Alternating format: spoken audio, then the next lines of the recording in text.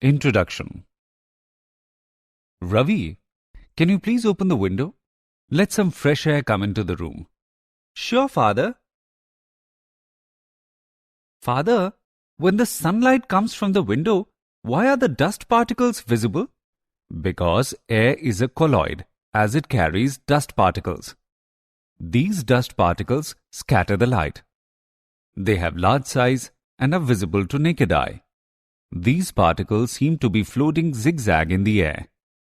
This phenomenon is also known as Tyndall effect. Okay, Father. I got the answer of my question. And I want to know more about this. Son, to know more about this, you have to explore surface chemistry. Students, today we will study more about the surface chemistry.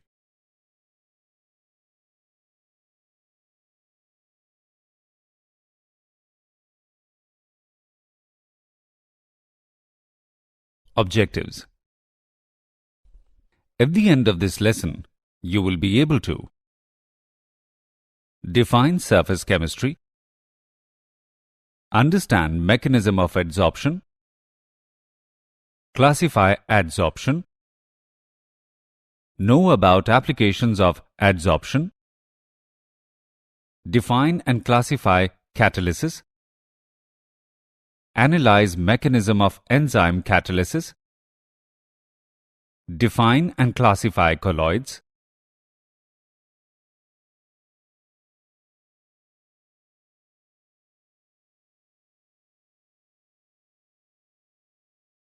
know the methods for preparation of colloids, explain properties of colloidal solution, define Tyndall effect and electrophoresis, define emulsions, know about applications of colloids.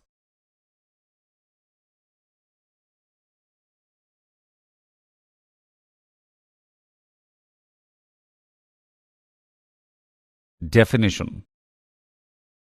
Surface chemistry is that branch of physical chemistry which deals with the study of the phenomena occurring at the interface, that is, the boundary separating two bulk phases. Solid-solid, solid-liquid interfaces are known. As gases are completely miscible, they do not form any interfaces. Interface is only a few molecules thick, but the area is dependent on the particle size of the bulk phases.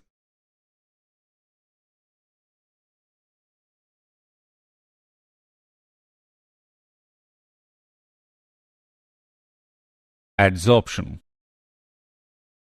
The phenomenon of attracting and retaining the molecules of a substance on the surface, or a liquid or solid, leading to a higher concentration on the surface in comparison to the bulk, is called adsorption.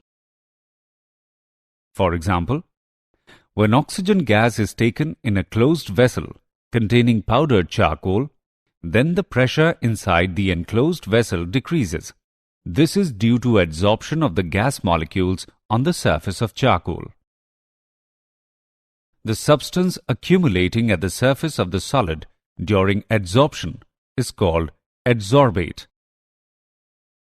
The surface on which adsorption occurs is called adsorbent.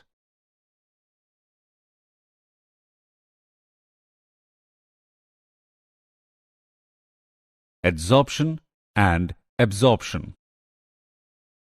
The phenomenon in which a substance is uniformly distributed throughout the bulk is known as absorption. It is the penetration of the substance through the surface into the bulk of the solid. For example, when a sponge is dipped in a liquid, it absorbs some molecules of liquid. Let's make some important differences between adsorption and absorption. Adsorption involves unequal distribution of the molecular species in bulk and at the surface, whereas absorption involves uniform distribution of the molecular species throughout the bulk. Adsorption is rapid in the beginning and slows down near the equilibrium, whereas absorption occurs at a uniform rate. Adsorption is a surface phenomenon, whereas absorption occurs throughout the body of material. Sorption and desorption. Sorption. Sometimes the adsorbate dissolves into adsorbent. Initially, the adsorbate appears on the surface of adsorbent and later passes into the body of adsorbent.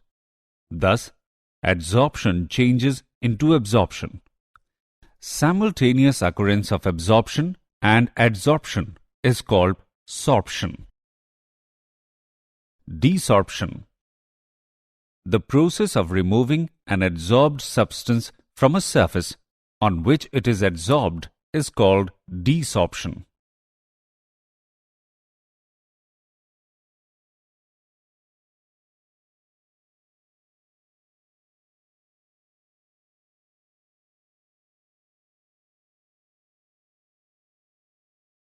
Mechanism of adsorption. The amount of heat evolved when 1 mole of the adsorbate is adsorbed on adsorbent surface is called enthalpy of adsorption. Adsorption is always an exothermic process, and enthalpy change of adsorption is always negative.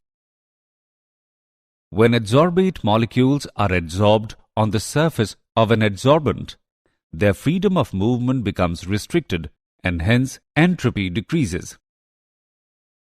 Adsorption is spontaneous. Therefore, at constant temperature and pressure, Gibbs free energy decreases. Delta G is equal to delta H minus T delta S.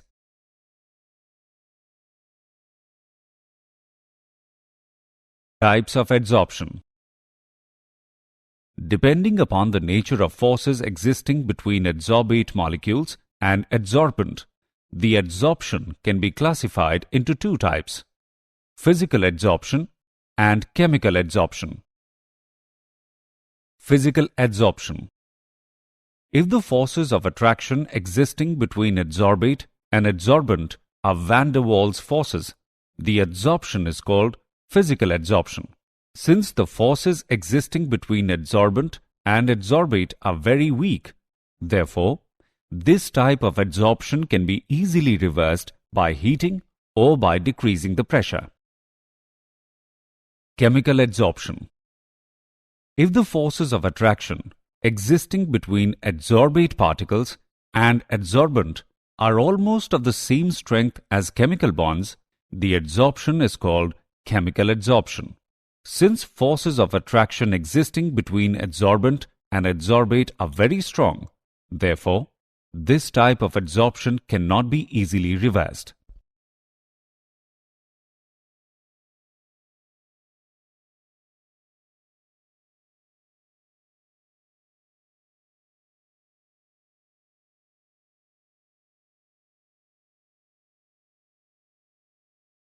Comparison between physisorption and chemisorption.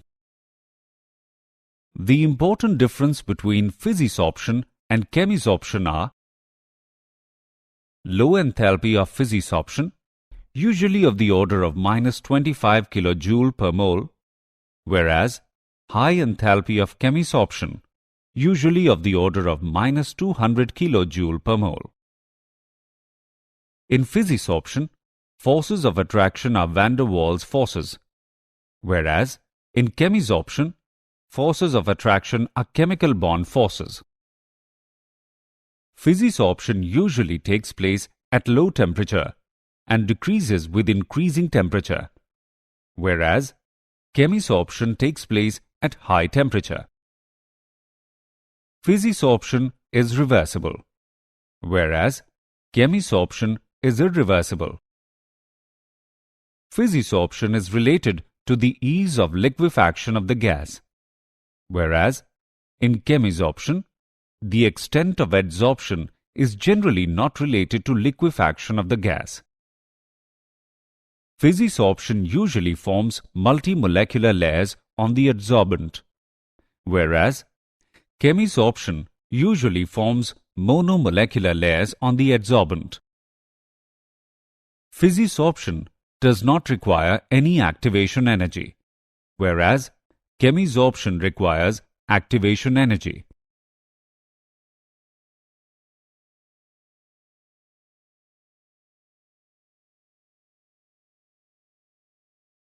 Adsorption isotherm.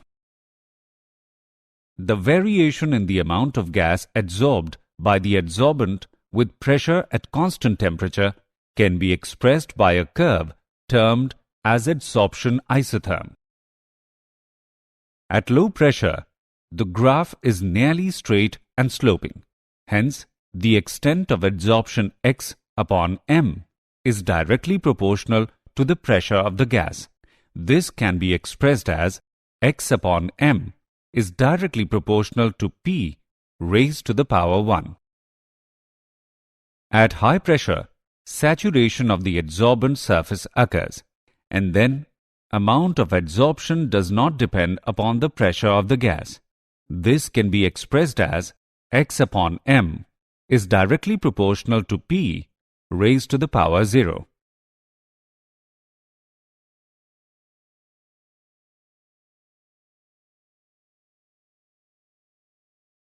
Freundlich isotherm. In the intermediate range of pressure, x upon m will depend upon p raised to the powers between unity and 0.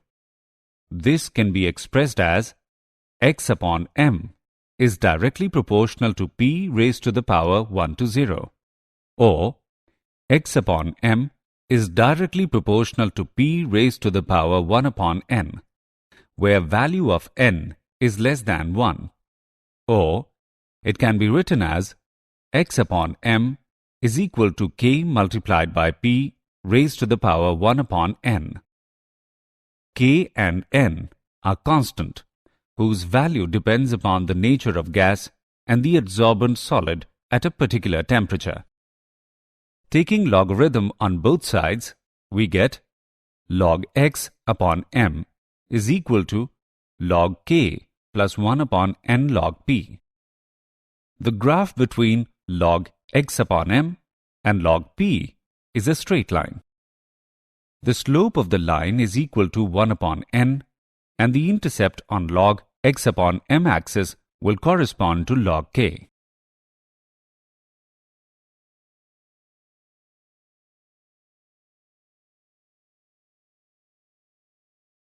Applications of adsorption.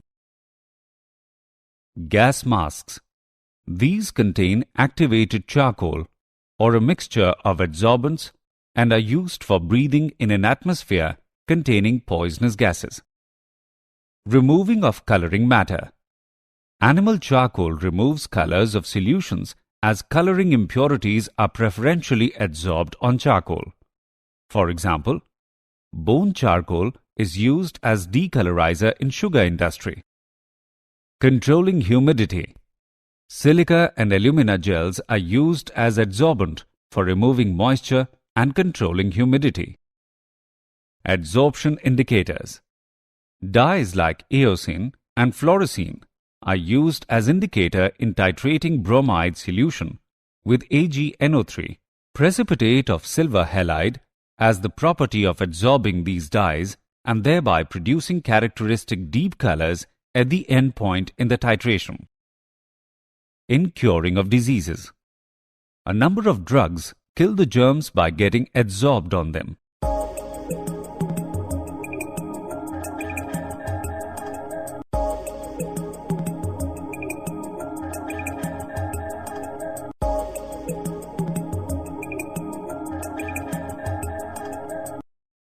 Removal of hardness of water. Ion exchange resins are used for removal of hardness of water. Some other applications of adsorption. Heterogeneous catalysis.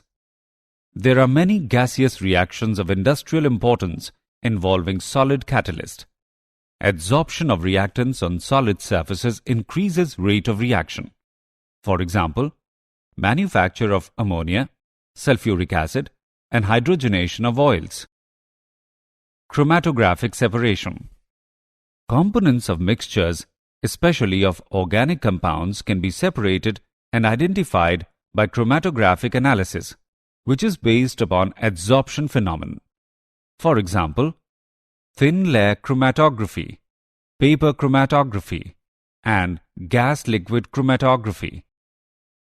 Froth flotation method. Pulverized ore is suspended in water containing some pine oil and a frothing agent.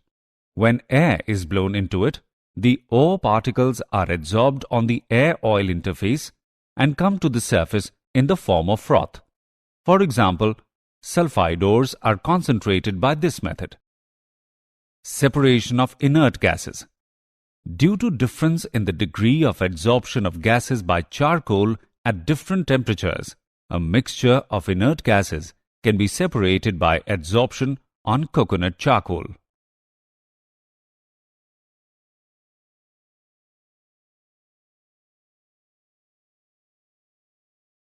Catalysis.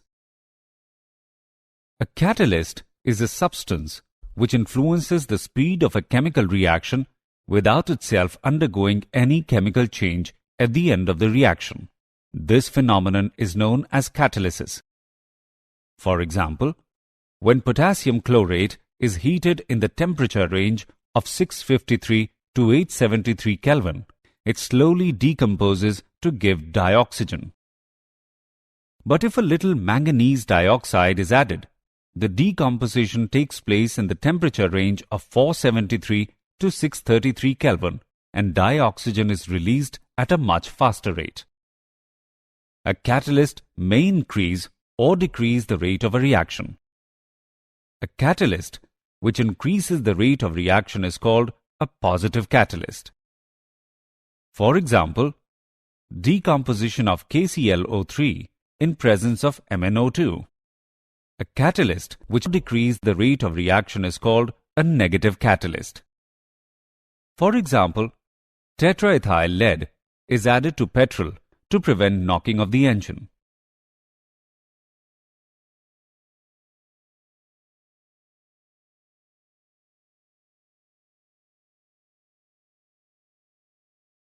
Types of catalysis.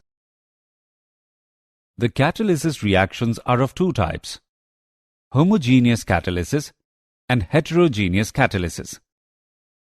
Homogeneous catalysis. When the reactants and the catalyst are in the same phase, it is called homogeneous catalysis. For example, oxidation of sulfur dioxide into sulfur trioxide in presence of nitric oxide in the lead chamber process for the manufacture of sulfuric acid. Reactants, sulfur dioxide and oxygen, and the catalyst, nitrous oxide, are all in the same gaseous phase. Heterogeneous catalysis. When the reactants and the catalyst are in the different phase, it is called heterogeneous catalysis. For example, manufacture of methanol from carbon monoxide and hydrogen using ZNO plus Cr2O3 as catalyst. Reactants are in gaseous phase and catalyst is in solid phase.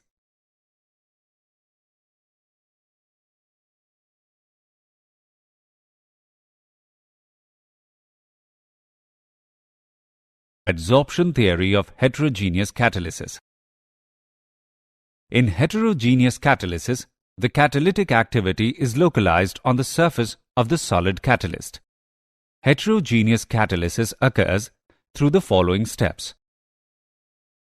diffusion of reactants to the surface of the catalyst, adsorption of reactants on the surface of the solid catalyst. The adsorbed reactant molecules undergo a chemical reaction to form an intermediate called activated complex. The activated complex then breaks to form the products. The products then dissociate from the catalyst surface, known as desorption. Diffusion of product molecules away from catalyst surface.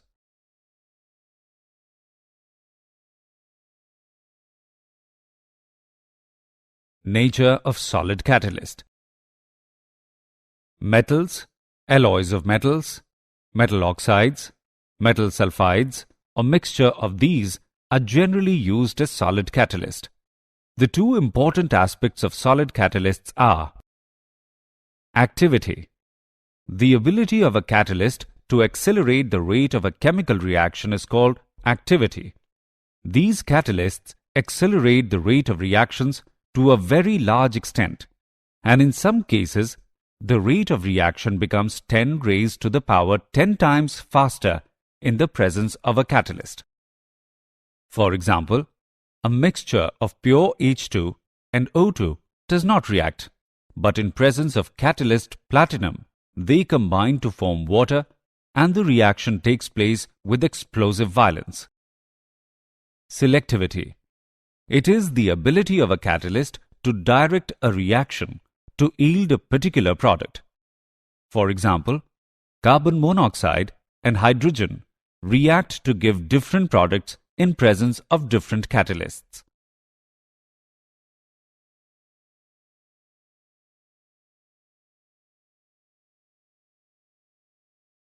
Shape-selective catalysis by zeolites. The catalytic reaction that depends upon the pore structure of the catalyst and the size of the reactant and product molecules is called shape-selective catalysis. Zeolites are good shape-selective catalysts because of their honeycomb-like structures. They are microporous aluminosilicates with three-dimensional network of silicates in which some silicon atoms are replaced by aluminium atoms.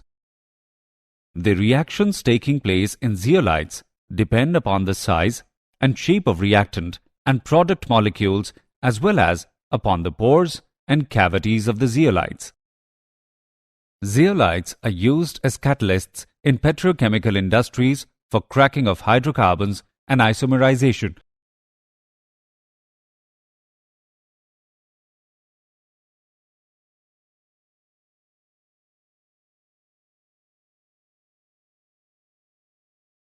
Enzyme catalysis. Enzymes are complex nitrogenous organic compounds which are produced in living cells of plants and animals. They are also known as biochemical catalysts because of their importance in biochemical processes. Almost all enzymes are complex protein molecules with high molecular mass. Enzymes are produced by living cells. A typical cell, on an average, contains about 3,000 different kinds of enzymes, each enzyme catalyzing a particular reaction. For example, conversion of milk into curd by lactobacilli enzyme present in curd.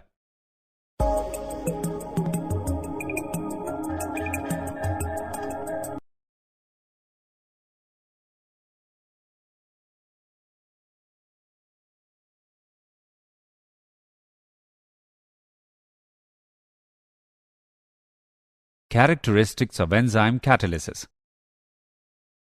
Enzymes form a colloidal solution in water and hence they are very active catalysts. Like inorganic catalysts, they cannot disturb the final state of equilibrium of a reversible reaction. They are highly specific in nature. One catalyst cannot catalyze more than one reaction. They are highly specific to temperature. The optimum temperature of their activity is 35 degrees Celsius to 40 degrees Celsius. They are deactivated at 70 degrees Celsius. A small quantity of enzyme catalyst is sufficient for a large change. They are destroyed by ultraviolet rays. Their efficiency is decreased in presence of electrolytes.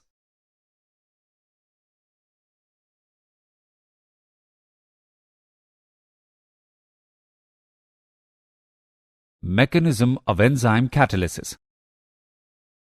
The enzymes are highly specific in their action. The specificity of an enzyme is due to presence of some specific sites called active sites. These active sites are associated with the presence of some functional groups which undergo some weak interactions with the substrate molecule.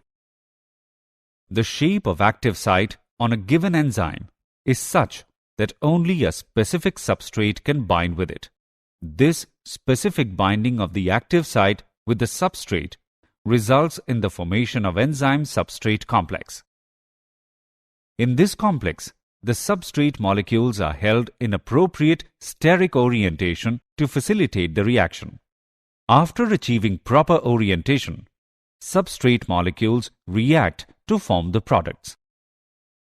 As product molecules do not have affinity for the enzyme surface, they immediately leave the surface so that fresh substrate molecules bind with the active site.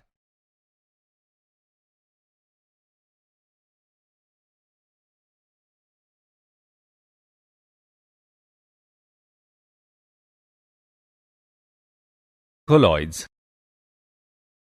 A colloid is a heterogeneous system in which one substance is dispersed as very fine particle having diameters in the range of 1 to 100 nanometer in a continuous medium of another substance. For example, milk, shaving lather, jelly, and paint. A colloidal solution is heterogeneous in nature and always consists of at least two phases, the disperse phase and the dispersion medium. Disperse phase. It is the component present in small proportion and consists of particles of colloidal dimensions. Dispersion medium. The medium in which colloidal particles are dispersed is called dispersion medium.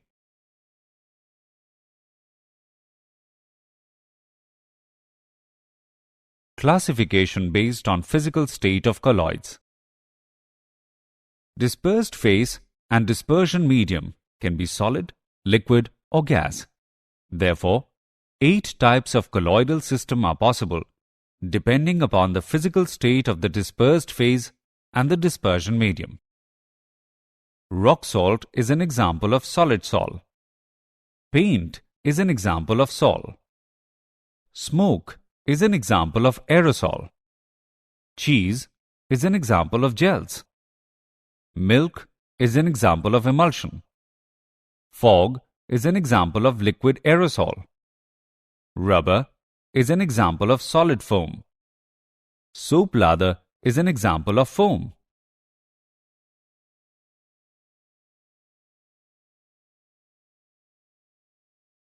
Classification based on physical state of colloids. On the basis of nature of interaction between dispersed phase and the dispersion medium, colloids are divided into two categories. Lyophilic colloids. Particles of dispersed phase have great affinity for the dispersion medium. They are self-stabilized because of strong attractive forces operating between the suspended particles and the dispersion medium.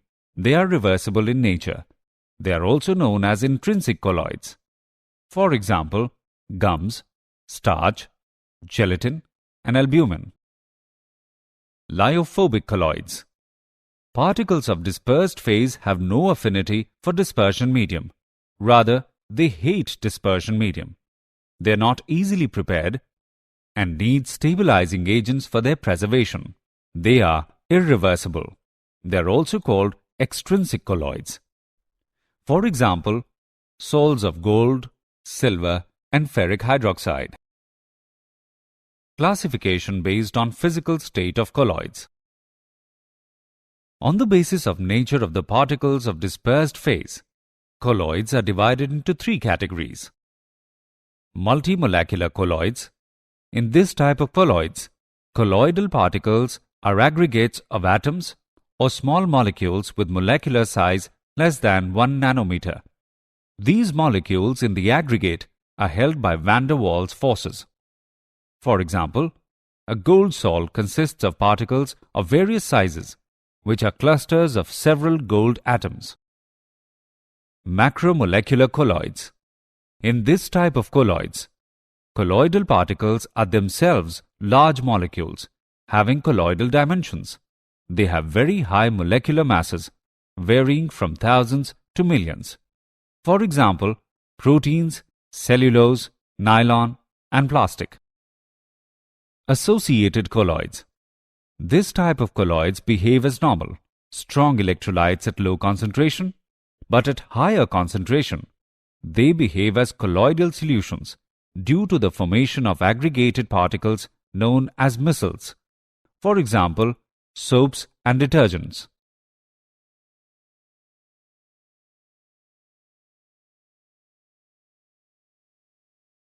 Mechanism of micelle formation. The formation of micelles takes place only above a particular concentration, called critical micelle concentration, and above a particular temperature called Kraft temperature. Micelles are formed by surfactant molecules. These molecules have lyophilic as well as lyophobic ends. For example, sodium stearate. When soap solution is dilute and the concentration is below its CMC, sodium stearate behaves as a normal strong electrolyte. When the concentration exceeds CMC, the non-polar tails of the anion clump into the center of a ball-like structure called a micelle. Because these are hydrophobic, the polar head of the molecule presents itself for interaction with the water molecules on the outside of the micelle. This type of micelle is known as normal phase micelle. Inverse micelles have the head group at the center with the tails extending out. These are formed in non-polar media. Preparation of colloids by chemical methods. Colloidal solutions can be prepared by chemical reactions involving double decomposition, oxidation, reduction, and hydrolysis. Double decomposition. A colloidal sol of arsenious sulfide is obtained by passing hydrogen sulfide into a solution of arsenious oxide in distilled water. Oxidation. A colloidal solution of sulfur can be obtained by passing hydrogen sulfide into a solution of sulfur dioxide in water or through a solution of an oxidizing agent. Reduction. A colloidal solution of a metal can be prepared by reducing its salt solution with a suitable reducing agent. Hydrolysis. This method is used to prepare hydroxides and oxides of weakly electropositive metals. A red sol of ferric hydroxide is obtained by the hydrolysis of ferric chloride with boiling water.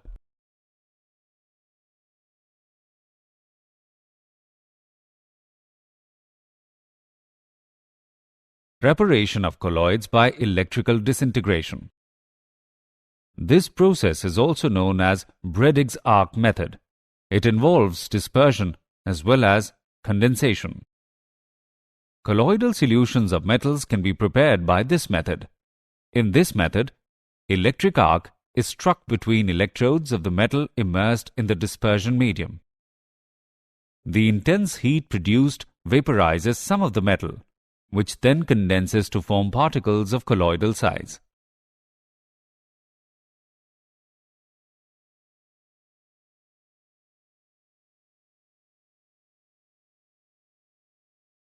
Preparation of colloids by peptization. Peptization is the process of converting a precipitate into colloidal form by shaking it with dispersion medium in the presence of small amount of electrolyte.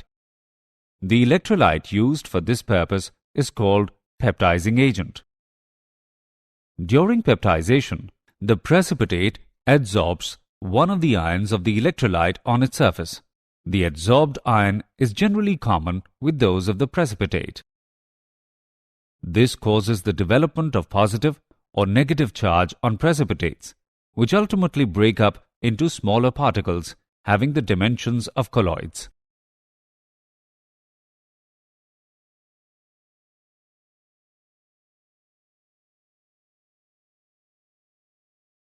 Purification of colloidal solutions. The process used for reducing the amount of impurities to a requisite minimum is known as purification of colloidal solution. The purification of colloidal solution can be done by following methods. Dialysis. It is a process of removing a dissolved substance from a colloidal solution by means of diffusion through a suitable membrane. The apparatus used for this purpose is called dialyzer. Electrodialysis. The process of dialysis is quite slow. It can be made faster by applying an electric field if the dissolved substance in the impure colloidal solution is only an electrolyte. Then the process is known as electrodialysis. Ultrafiltration. In this method, colloidal solutions are purified by carrying out filtration through special type of graded filters called ultrafilters. These filter papers allow the electrolytes to pass through them but do not allow colloidal particles.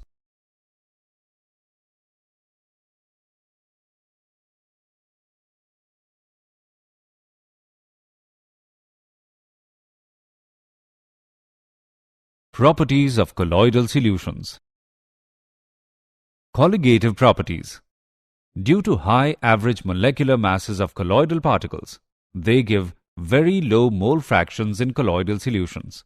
Hence, they possess very low values of colligative properties. Filtrability. The size of the colloidal particles is less than the pores of the filter paper, and therefore, they easily pass through a filter paper. They cannot pass through the UF membrane.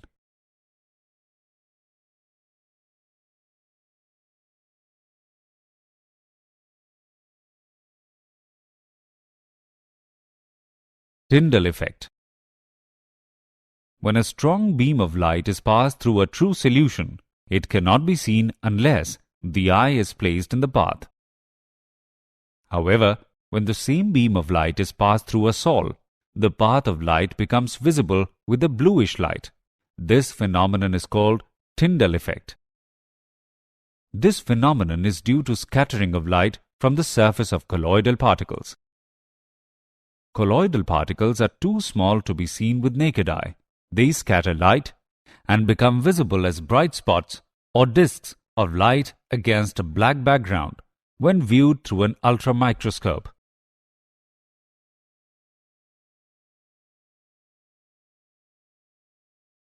Brownian movement.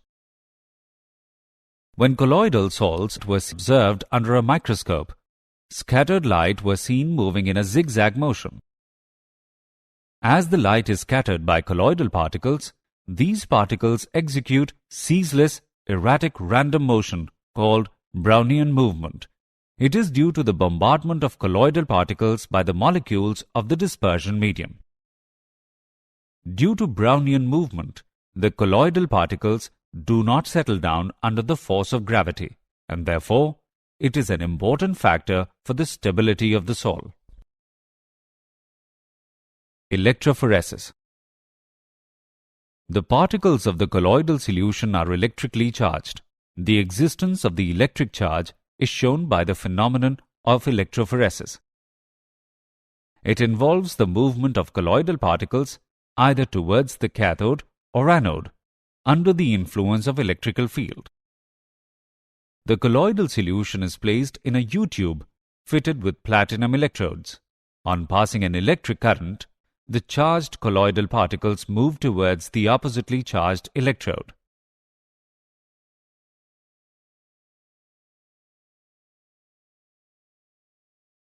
Coagulation of colloidal solution. The precipitation of a colloid through induced aggregation by the addition of some suitable electrolyte is called coagulation. The coagulation of a colloidal solution by an electrolyte does not take place until the added electrolyte has certain minimum concentration in the solution. The minimum concentration of the electrolyte in millimoles that must be added to 1 liter of the sol so as to bring about complete coagulation is called the coagulation value of the electrolyte for the sol. Different electrolytes have different coagulation values. Smaller the coagulation value of the electrolyte, larger is its coagulating power. Emulsions. An emulsion is a colloidal dispersion in which both dispersed phase and the dispersion medium are liquid. In an emulsion, fine droplets of one liquid are dispersed in a continuous medium of another liquid. Emulsions are of two types: oil in water and water in oil. Oil in water. In these emulsions, some droplets of oil are dispersed in water. For example, milk is oil in water type of emulsion, in which liquid fat is the dispersed phase and water is the dispersion medium. Water in oil. In these emulsions, water is the dispersed phase and oil is the dispersion medium. Stiff greases are emulsions or water in oil type, in which water is dispersed in lubricating oil.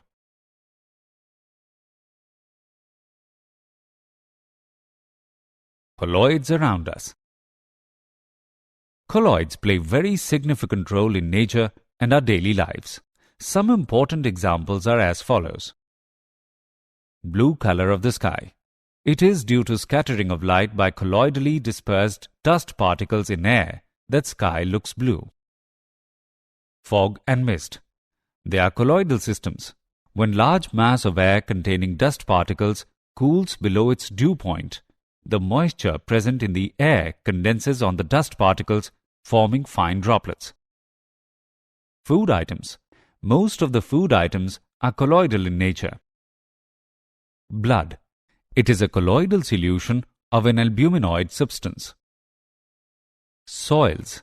Fertile soils are colloidal system, and on account of their colloidal nature, soils absorb moisture and nourishing materials for plants.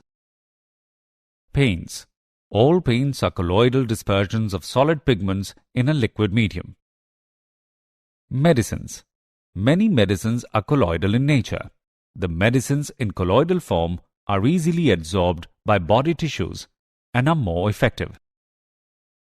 Digestion of fats. The digestion of fats is aided by emulsification.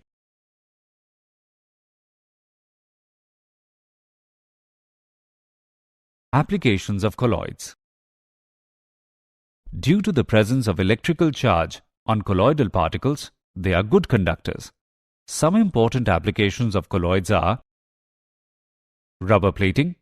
The negatively charged rubber particles from the rubber sole are deposited on wares and handles of different tools by electroplating. Sewage disposal.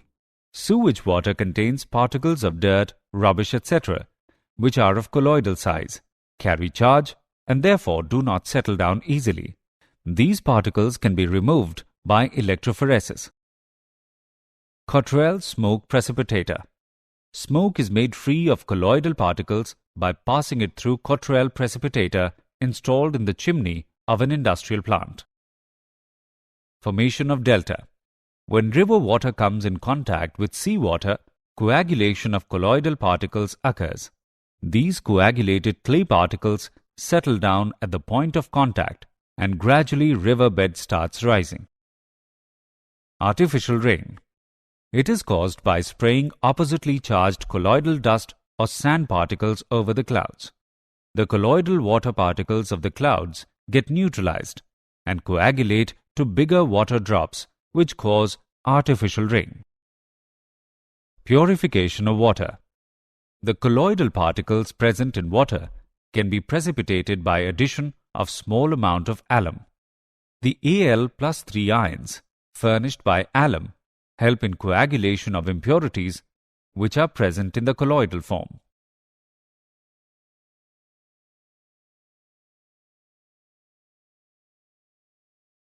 Did you know? Bone black and charcoal are used in industry to remove colors from solutions since they absorb many coloring materials. Sometimes, the smoke emitted by motorcycles seems to be blue in color, is an example of Tyndall effect. The enzyme tyalin, found in human saliva, accelerates the reaction so that starches can be digested.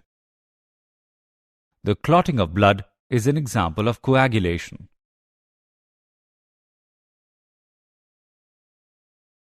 Summary. Let us summarize what we have learnt. Surface chemistry is that branch of physical chemistry which deals with the study of the phenomena occurring at the interface. The phenomenon of attracting and retaining the molecules of a substance on the surface, leading to a higher concentration on the surface in comparison to the bulk, is called adsorption. A catalyst is a substance which influences the speed of a chemical reaction without itself undergoing any chemical change at the end of the reaction. The enzymes are highly specific in their action. The specificity of an enzyme is due to presence of some specific sites called active sites.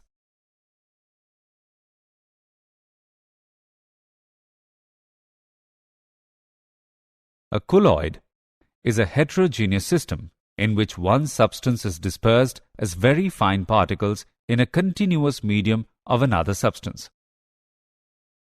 Peptidization is the process of converting a precipitate into colloidal form by shaking it with dispersion medium in the presence of small amount of electrolyte.